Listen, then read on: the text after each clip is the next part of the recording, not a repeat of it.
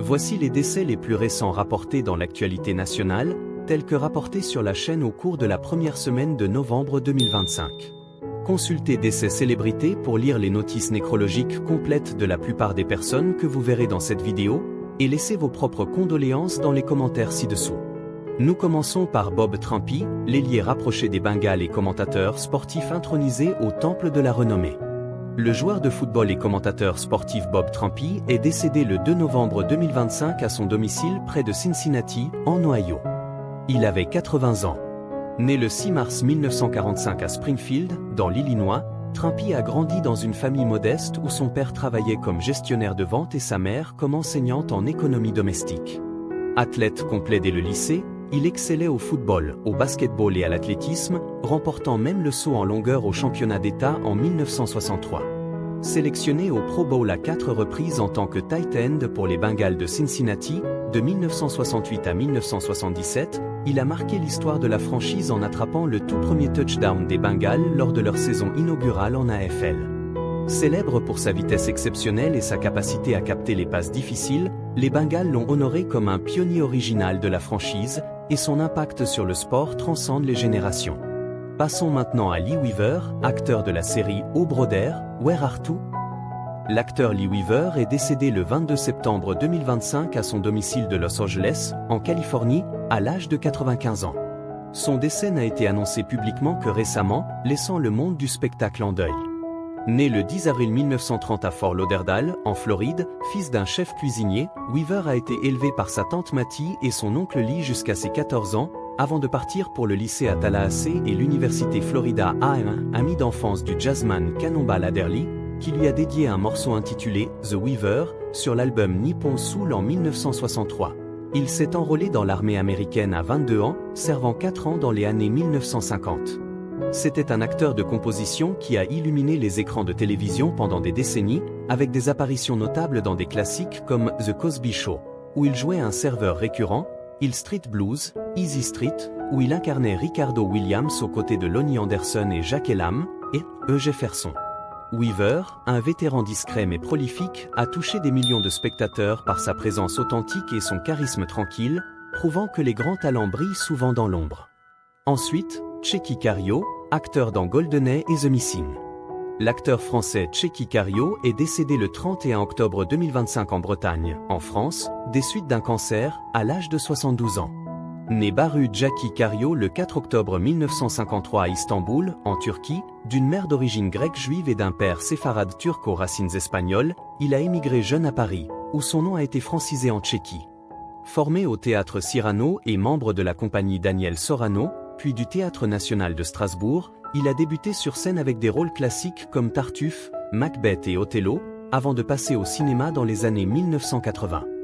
Vedette incontestée en France, il était bien connu du public anglophone pour ses apparitions charismatiques dans des blockbusters hollywoodiens tels que GoldenEye en 1995, où il incarnait le traître Dmitri Mishkin, Bad Boys, la même année aux côtés de Will Smith et Martin Lawrence, et Patriot en 2000, en officier français vengeur face à Mel Gibson. Parmi ses nombreux autres films, citons La femme Nikita, de Luc Besson en 1990, 1492, Christophe Colomb, de Ridley Scott en 1992, The Messenger, The Story of Joan of Arc, de Luc Besson en 1999 où il jouait Jean de Dunois.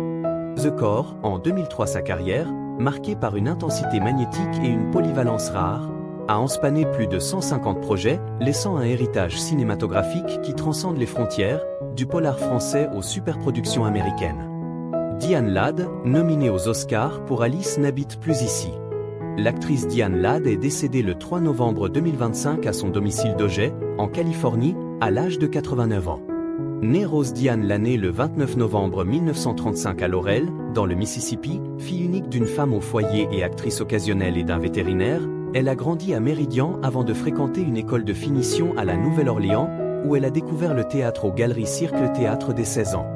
Mariée 3 fois, dont à l'acteur Bruce Dern de 1960 à 1969, avec qui elle a eu 2 filles, dont la défunte Diane Elizabeth et l'actrice oscarisée Laura Dern. Ladd a bâti une carrière prolifique de plus de 70 ans, écrivaine et réalisatrice, auteure de livres comme Spiraling Through the School of Life, en 2006, elle a lutté contre l'agisme à Hollywood et soutenu les droits des femmes et l'environnement. Sa première famille à recevoir une étoile collective sur le Walk of Fame en 2017 avec Dern, et Dern symbolise son legs, une pionnière audacieuse, dont la vitalité et l'humour ont illuminé le cinéma américain. Dick Cheney, 46e vice-président des États-Unis. L'ancien vice-président Dick Cheney est décédé le 3 novembre 2025 des suites de complications liées à une pneumonie, à une maladie cardiaque et vasculaire, à l'âge de 84 ans. Né le 30 janvier 1941 à Lincoln, dans le Nebraska, et élevé à Casper, dans le Wyoming, fils d'un agent de conservation des sols, Cheney a étudié à Yale sans terminer, obtenant ensuite un bachelor et un master en sciences politiques à l'université du Wyoming, tout en étant candidat au doctorat à l'université du Wisconsin. Sa carrière politique a débuté en 1969 comme interne pour le congressiste William Steger sous Nixon, puis comme assistant à la Maison-Blanche et directeur adjoint du Cost of Living Council jusqu'en 1973. Il fut le 46e vice-président des États-Unis, servant 2 mandats aux côtés du président George W. Bush de 2001 à 2009, dans ce qui est souvent décrit comme la vice-présidence la plus puissante de l'histoire américaine, controversée pour son rôle dans les politiques antiterroristes, y compris les interrogatoires renforcés. Cheney reste une figure pivotale du républicanisme conservateur. Ayant servi 4 présidents et marqué la politique étrangère américaine de son empreinte déterminée. Donna Jean Godchaux, chanteuse du groupe Grateful Dead. La chanteuse Donna Jean Godchaux est décédée le 2 novembre 2025 dans un hôpital de Nashville, dans le Tennessee, des suites d'un cancer, à l'âge de 78 ans. Née Donna Jean Thatcher le 22 août 1947 à San Francisco, elle a grandi dans l'Alabama, à Florence, berceau du Muscle Shoals Sound Studio, où elle a commencé sa carrière comme choriste de session dès les années 1960. Fille d'un musicien local, elle a chanté sur des hits immortels comme When a Man Love a Woman, de Percy Sledge en 1966, Suspicious Humans, d'Elvis Presley en 1969, et des enregistrements de Boz Scaggs, Dwayne Allman, Cher, Joe Tex et Neil Diamond. Mariée au claviériste Keith Godchaux en 1970, elle l'a présenté à Jerry Garcia en 1971 après un concert au Keystone Cornet, menant à leur intégration au Grateful Dead en 1972. Godchaux est restée une icône du Grateful Dead, pionnière féminine dans le rock psychédélique, dont la voix soulful continue d'évoquer l'esprit libre et communautaire des années 1970. Dwayne Roberts, inventeur du burrito surgelé. L'homme d'affaires Dwayne Roberts est décédé le 1er novembre 2025, à l'âge de 88 ans. Né en 1936, vétéran de l'armée américaine, Roberts a commencé sa carrière à 19 ans chez Butcher Boy Food Products, l'entreprise de son père à Riverside, en Californie. Reconnaissant le boom de la restauration rapide, il a révolutionné l'industrie alimentaire en inventant le premier burrito surgelé en 1956, après 2 jours d'expérimentation en cuisine pour perfectionner une recette de haricots et de bœuf qui pouvait être congelée et frite. Initialement vendus à des chaînes comme Jack in the Box, ces burritos ont propulsé Butcher Boy d'une usine avec 60 employés et $1 million de chiffre d'affaires à 6 usines employant 1400 personnes. Roberts, il laisse un legs de générosité, ayant soutenu des causes communautaires et préservé un patrimoine culturel. Son invention humble a nourri des millions, symbolisant l'ingéniosité américaine. John Wesley Reel, chanteur et compositeur de country. Le chanteur et compositeur John Wesley Reel est décédé le 2 novembre 2025, à l'âge de 74 ans. Né le 2 décembre 1950 à Bastrop, en Louisiane, Reel a explosé sur la scène country à seulement 17 ans avec son tube « Kay » en 1968, écrit par Hank Mills, qui a atteint le top 10 du Billboard Hot Country Song et lancé sa carrière chez Columbia Records. Parmi ses autres singles phares, on retrouve « Fool » en 1973, qui a grimpé au numéro 18, et « Once in a Lifetime Thing » en 1977, son plus grand succès au numéro 11. Avec 11 hits dans le top 40 sur 2 décennies, de 1968 aux années 1980, il a sorti des albums comme Reconsidéme chez Plantation et Let the Night Begin chez MCA, couvrant des classiques comme Always on My Mind et When a Man Love a Woman. Des artistes comme Brian White et Mark Willis l'ont qualifié de géant pour sa capacité à s'harmoniser avec n'importe qui, laissant un héritage de plus de 50 ans dans la musique country. Marianne Wilson, animatrice de l'émission Sit and Beefy sur PBS. L'infirmière et instructrice de fitness Marianne Wilson est décédée le 5 novembre 2025, à l'âge de 87 ans. Née le 15 mai 1938, formée comme infirmière spécialisée en gériatrie et réhabilitation post-polio, Wilson a commencé sa carrière dans les années 1980 comme instructrice d'aérobic, adaptant des exercices à haute et basse intensité. Veuve jeune après la mort soudaine de son mari, major des marines, d'une crise cardiaque dans la trentaine, elle a élevé sa fille Gretchen tout en enseignant à des seniors et des patients à mobilité réduite. Elle a créé Sit and Be Fit en 1987 pour KSPS TV à Spokane, Washington, une émission PBS révolutionnaire d'exercices en chaise qui aide les personnes âgées à maintenir leur forme physique. Wilson restera dans les mémoires comme une pionnière joyeuse du fitness accessible, dont les phrases motivantes comme Keep Reaching Out for a Better Day ont transformé des vies, prouvant que le mouvement, même assis, peut redonner vitalité et espoir aux oubliés de la société. Marshawn Kneeland, ailier défensif des Cowboys de Dallas. Le joueur de football américain Marshawn Kneeland est décédé le 6 novembre 2025, à l'âge de 24 ans. Né le 8 juillet 2001 à Grand Rapids, dans le Michigan, Kneeland a émergé comme un talent brut à l'université Western Michigan, où il a excellé comme defensive end pour les Broncos, gagnant les honneurs de deuxième équipe de la Mid-American Conference en 2023 avec 10,5 sacks et 15 tackles pour perte. À seulement 24 ans, Kneeland incarnait l'avenir du pass rush des Cowboys, laissant un vide immense dans une équipe en quête de play-off. À noter, il arrive que des informations personnelles, comme la cause du décès d'une personne, ne soient pas annoncées immédiatement par la famille ou les autorités. Chaque famille a droit au respect de sa vie privée. Charles Coste, le plus vieux champion olympique vivant. L'Olympien Charles Coste est décédé le 30 octobre 2025, à l'âge de 101 ans. Né le 8 février 1924 à Olioul, près de la Méditerranée, Coste a découvert le cyclisme jeune, courant pour le Vélo Club de Levallois avant les JO de 1948. Il était le plus vieux champion olympique encore en vie au monde, ayant remporté l'or pour la France aux Jeux olympiques d'été de 1948 à Londres, en poursuite par équipe, aux côtés de Fernand Decanali, Pierre Adam et Serge Blusson aux les premiers JO post-Seconde Guerre mondiale. Champion amateur de poursuite individuelle en France en 1947, il a décroché le bronze au championnat du monde 1948 en individuel, avant de passer pro la même année. Pauline Collins, actrice primée de Shirley Valentine. L'actrice Pauline Collins est décédée le 5 novembre 2025 à Londres, des suites de la maladie de Parkinson, à l'âge de 85 ans. Née Pauline Angela Collins le 3 septembre 1940 à Exmouth, dans le Devon, d'origine irlandaise, fille d'une enseignante et d'un directeur d'école, elle a grandi près de Liverpool et commencé comme enseignante avant d'étudier à la Central School of Speech and Drama.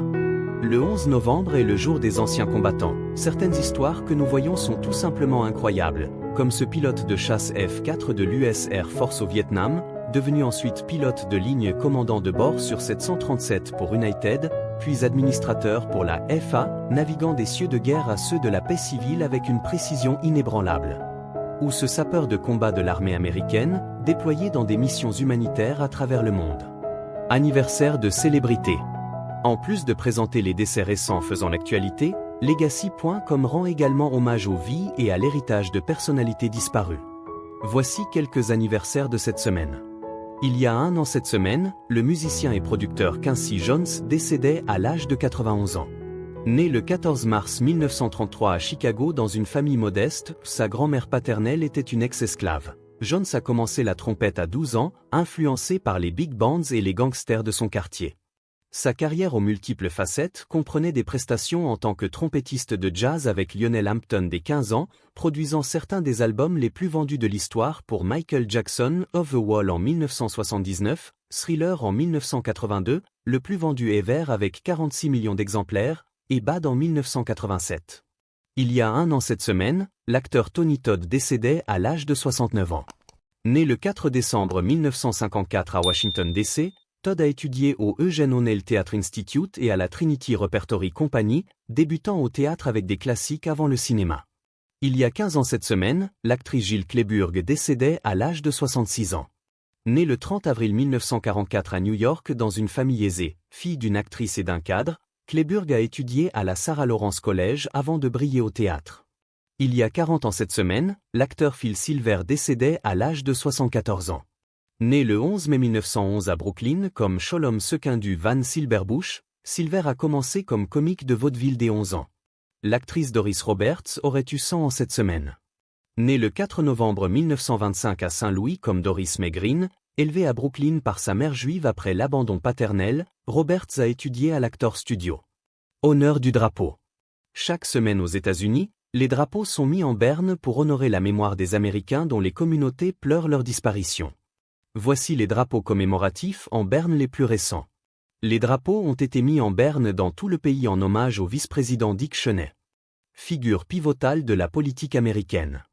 Les drapeaux du Kentucky ont été mis en berne en hommage aux Kentuckiens disparus à la suite du crash d'avion catastrophique près de l'aéroport international Muhammad Ali de Louisville, mardi après-midi, une tragédie qui a endeuillé des familles entières et rappelé les risques du voyage aérien. Au Kentucky, les drapeaux ont également été mis en berne en hommage à la mémoire de l'ancienne gouverneure Martha Lane Collins, qui a servi de 1983 à 1987 et promu l'éducation et l'économie de l'État avec une vision progressiste. À New York, les drapeaux ont été mis en berne en hommage au policier d'État retraité, le sergent de zone Stephen W. Green, décédé des suites d'une maladie contractée dans le cadre de son affectation au site du World Trade Center après les attentats terroristes du 11 septembre, honorant son sacrifice silencieux pour la nation. Les drapeaux du Wyoming ont été mis en berne en hommage à l'ancienne secrétaire d'État Cathy Carpan, qui a servi de 1987 à 1995 et marqué la politique féminine de l'État. Au Nouveau-Mexique, les drapeaux ont été mis en berne en hommage à l'ancien sénateur d'État Clint Arden, vétéran respecté pour ses contributions à l'agriculture et aux communautés rurales. Vous pouvez en apprendre davantage sur la vie des personnes présentées dans cette vidéo sur notre chaîne. Suivez Décès Célébrités, aimez, partagez et abonnez-vous à notre chaîne YouTube pour rester informé des décès faisant l'actualité nationale, et n'oubliez pas de commenter vos souvenirs. Merci d'avoir regardé, et portons ensemble un toast à ces vies extraordinaires qui continuent de nous inspirer.